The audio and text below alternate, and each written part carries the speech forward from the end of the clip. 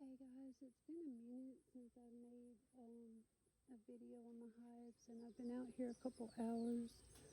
My concern with the heat kind of got the best of me.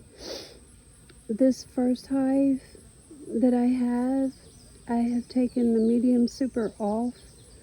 Well, along too with Tony mowing grass over here, I think some of my bees caught trouble for it because there's about a pound of dead bees there. Anyway, I had a medium super on this hive, which I removed because of the plethora of death in the hive. So I got 2 deep boxes and the honey super up top. So what they'll do is they'll start to fill the rest of the frames in this box, and they'll move up to the honey super. That's my first hive. Now the box that was on this hive, what I did was I took and put it on my second hive, which is over here. This hive had about, well, all but 2 frames filled up of brood, capped honey, capped brood, and drone comb. So they needed a little bit of room. And as you can see, I do have the holes drilled in that for ventilation. Also because when the sun comes up on that side, it gets really, really hot. So they needed that ventilation. I do have a bottom board in there because I cut some honeycomb and it fell and dripped honey. So I didn't want it to drip on the ground, or else it would, kind of attract the predators. And again, there's my ant guard. It's got diesel fuel coated underneath of those pans, and they're sitting on bricks. And as of yet, I have no ants in that hive. I also have my little plant saucer that I put out on the edge of the pallet for catching rainwater. Sorry. And what I did was I put some rock and cork in there. Probably will come out here and fill it with distilled water if it doesn't rain tomorrow. I don't use tap water because it's got too many contaminants and fluoride and pollutants in it, which I don't think people should be putting in their body anyway, but that's just me. Okay, and now what I did with that hive, I took one queen, which it's got an older queen and a younger queen still in it. So I took the third queen and I put it into my fourth hive with the holes drilled. I put the bird frame, the frame with the queen and some drone comb, 2 frames of honey, and the rest just empty frames so that they can build on that. Now back to my third hive, which I'm going to leave alone.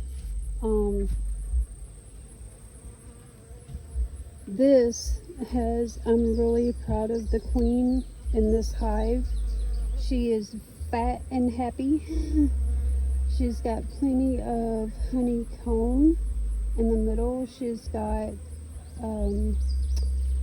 what I did on this frame, or on this hive rather. As you can see, I put 2 empty frames on the outside, and the rest of the 8 frames in the middle, the 2 on the outside on either side are honey frames, which is their food. And then moving in, the next 2 frames in is capped brood and drone comb, and then the 2 middle frames are either drone comb or the female bees, and also they've got a lot of honey in the middle, and I think they did that on purpose because of the yellow jackets around. You, if you live in the country, you're going to have yellow jackets. So they build from the inside to the outside. So in the middle, I found it kind of weird that they had the honey in the middle, but either way, she's got plenty of room to lay. So I'm going to leave that alone for the rest of the year as well. I'll just come out to check and see how they're doing, and probably about maybe a month, when I get enough saved up, I will put I may go ahead and put honey supers on there for the winter time, but they will be medium, not deep boxes. They'll be medium boxes because the mediums are easier to handle even when they are full of honey. I may try to get away from the deep boxes, and I may actually put my 5th hive in between these two here. It may be an 8 frame, but this queen I'm really happy with. They should have all the frames filled probably in about a month or so, and be ready for a medium brood box. I'm not going to put a honey super on it just yet. I may wrap them during the winter and let them keep their honey stores. And again, also, with the holes, it's really easy during the winter time.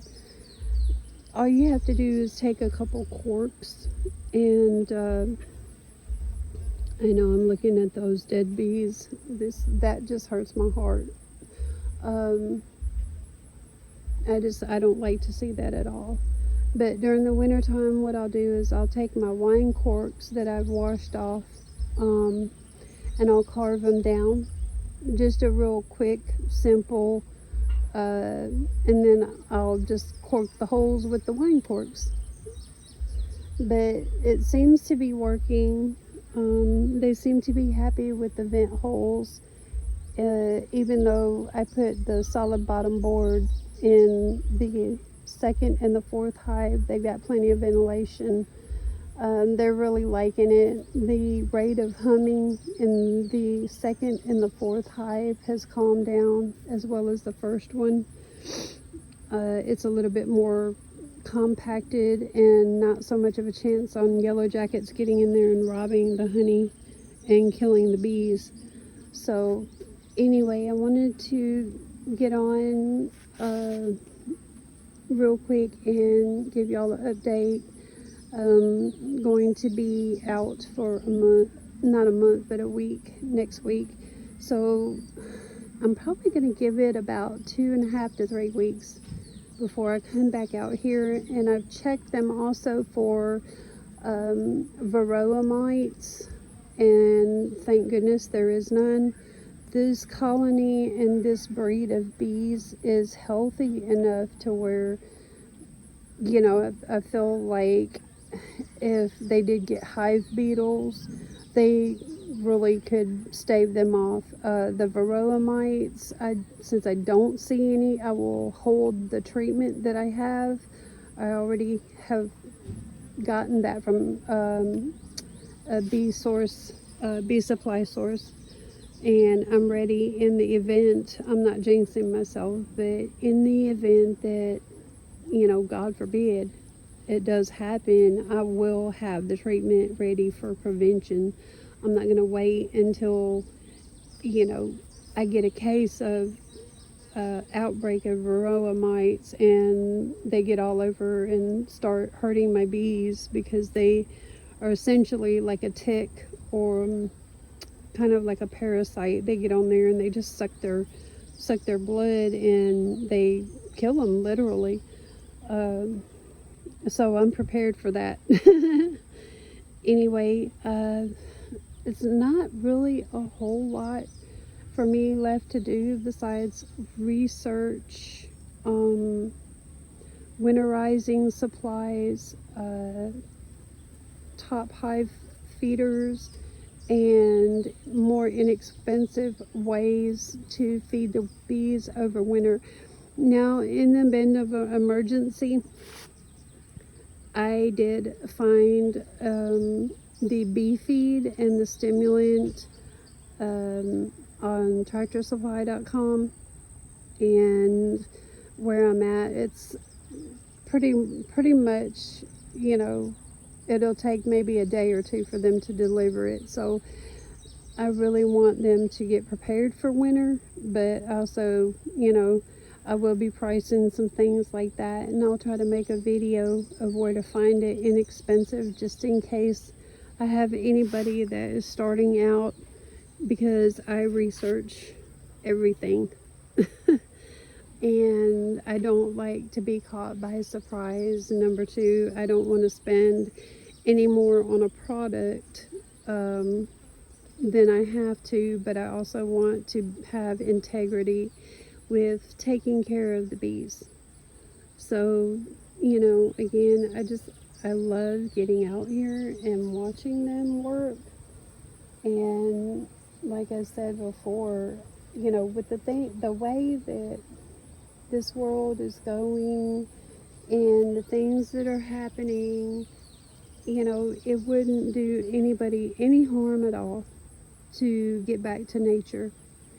I mean, your job and your responsibilities are one thing, but having peace and serenity and reconnecting with nature and the earth and how beautiful it is and God's creation, that's priceless. I mean, you really can't put a price on that. You really can't. And also, you know, there's so many different bees, drone bees, worker bees. There's actually a young queen in my second hive and an older queen, which I left in there. And they're working together.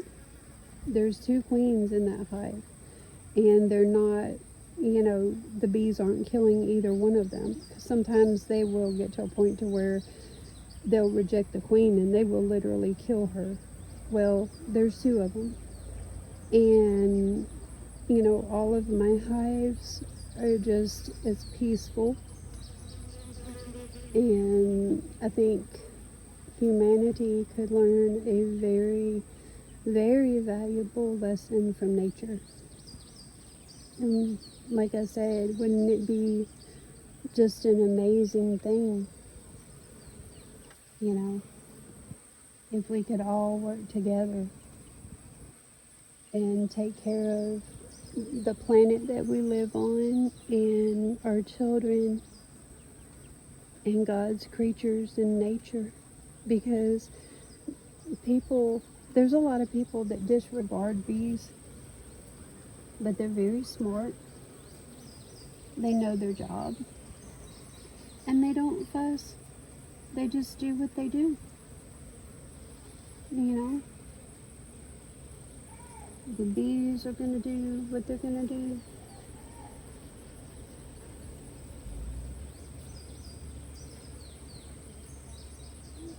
And I think if people could do that and just do what they need to do, we wouldn't have all this nonsense going on.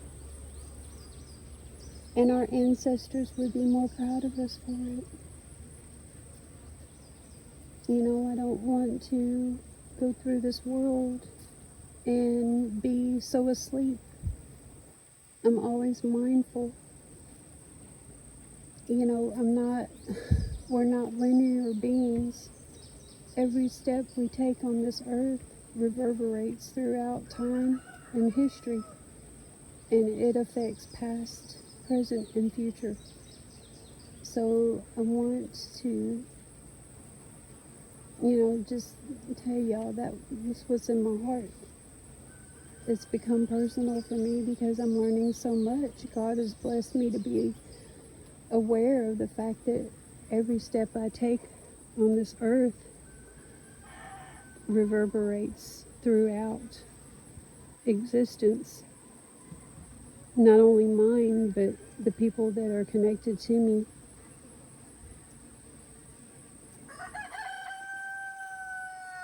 So that's just my thoughts, but thank y'all to all my family and friends. And I love you guys. Thank you for asking and being curious about the bees.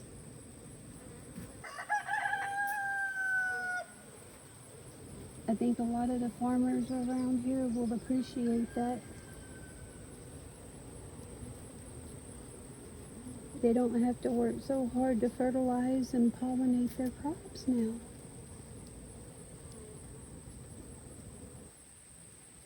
Thanks to the honeybees.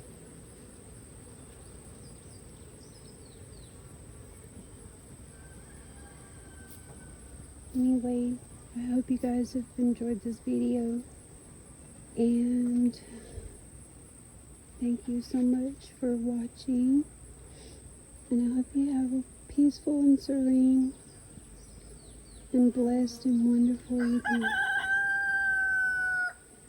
and sweet blessings.